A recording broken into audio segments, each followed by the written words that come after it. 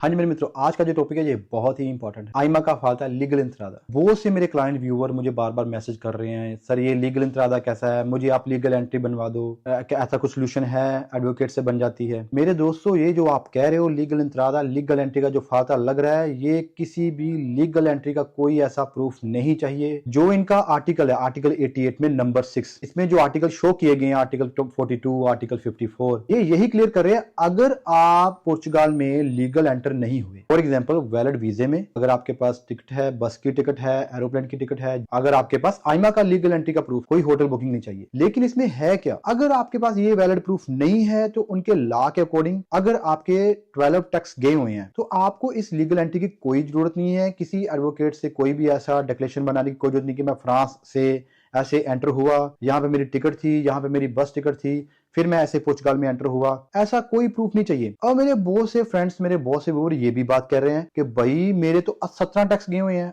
18 tax गए हुए हैं, फिर मुझे कोई लीगल एंट्री का प्रूफ चाहिए। आप ये मत सोचो कि आपके 17 टैक्स गए हैं, 18 टैक्स गए हैं। इसमें भी मैं आपको क्लियर करता हूं। आप चेक करो कि आपने 365 डे काम किया कि नहीं किया। जब आपने पेपर लॉ करे उसके बाद आपने कितने मंथ काम किया, कितने दिन काम किया, आपके 4 दिन के टैक्स, 10 दिन के टैक्स, 2 दिन के टैक्स, 1 दिन का टैक्स, और आपके 18 टैक्स हो गए। अगर 19 टैक्स हो चुकी हैं तो ये काउंट नहीं है, ये 365 डे काउंट होंगे। अब एक और सिस्टम है। अभी मेरा कोई क्लाइंट था, वो मुझे कह रहा सर मेरे तो प्रॉपर्ली काफी टैक्स गए हुए हैं और वैल्यूएबल भी 400 से अबव हो रही थी। जब मैंने उसके सिस्टम में जाके चेक किया और उसकी जो पुरानी कंपनी थी वो ब्लैकलिस्टेड थी, और उसने ये एक्सेप्ट किया भैया ये मेरी कंपनी ब्लैकलिस्टेड है, कि वो टैक्स काउंट नहीं हुए, और उसके जस्ट 17 डेज का फालता था। अब हमने उसको रिक्वेस्ट करी कि फेब मंथ का मेरा 30 डे का टैक्स पड़ेगा, उसके हिसाब से मैं टैक्स को, अगर मैं उस हिसाब से चलूं तो मेरा ये फालता कंप्लीटेड है। हमने रिक्वेस्ट सबमिट कर दी आइमा में इसी लॉ के अकॉर्डिंग। सो मेरे दोस्तों, ऐसा कोई लीगल एंट्री का प्रूफ नहीं चाहिए, ये आपसे मैंने क्लियरली कर दिया है। अगर आप चाहते हो तो स्क्रीन पे जो मैसेज शो कर रहा है उनके लॉ के अकॉर्डिंग